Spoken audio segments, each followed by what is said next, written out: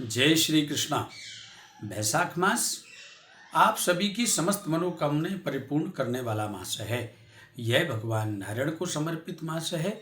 इस मास में भगवान श्री कृष्ण की, भगवान मर्यादा पुरुषोत्तम श्री राम की आराधना करनी चाहिए।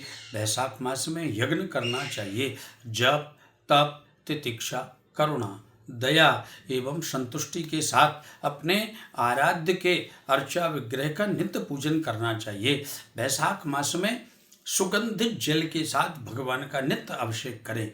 उसके बाद में भगवान को पतले वस्त्र धारण कराएं, जिससे भगवान का अर्चा विग्रह शांति पूर्वक, आनंद पूर्वक आपके घर के देवालय में प्रेम पूर्वक निवास करे।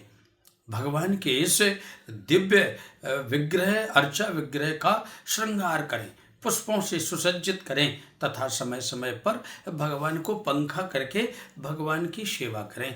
भगवान के इस अर्चा विग्रह के सम्मुख ऐसे तरल पदार्थों का प्रसाद अर्पित करें जिससे भगवान को आनंद प्राप्त हो तथा भगवान आपके जीवन में आनंद प्रदान करें। बैसाख मास में विशेष करके तुलसी अर्चन का विशेष महत्व है। यदि आप विष्णु सहस्रनाम से, कृष्ण सहस्रनाम से, गोपाल सहस्रनाम से, राम सहस्रनाम से भगवान का अर्चन करते हैं तुलसी से, तो तुलसी दल से अर्चन करने पर भगवान नारायण परम प्रसन्न होते हैं। षडाक्षर मंत्र के द्वारा, अष्टाक्षर मंत्र के द्वारा भगवान नारायण का, भगवान श्री कृष्ण का निश्चित ही अर्चन करना चाहिए। बैसाख मास सिद्धियों का मास है। ये सभी मासों में सर्वश्रेष्ठ मास है।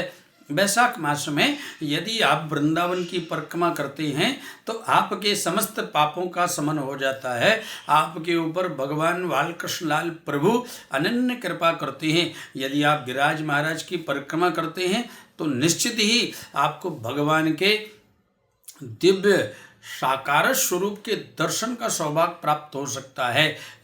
प्रकृति की सेवा, पर्यावरण का संरक्षण बैसाख मास में आपके आराध्य की प्रसन्नता के लिए सर्वश्रेष्ठ है। इसलिए बैसाख मास में पद्म पुराण के अंतर्गत आपको दान करने का विशेष महत्व है। बैसाख मास में मोहिनी एकादशी पर यदि आप भगवान के दिव्य बंगले को सजा करके भगवान की दिव्य शोभा यात्रा निकालते हैं, भगवान का धूमधाम से आनंद पूर्वक आप उत्सव मनाते हैं तो आपका जीवन भी महोत्सव बन जाता है। इसलिए बैसाख मास में नियम के साथ, साधना के साथ अपने आराध्य की आराधना में लगें। यह मास आपके जीवन में संपूर्ण आनंद प्रदान कराएगा।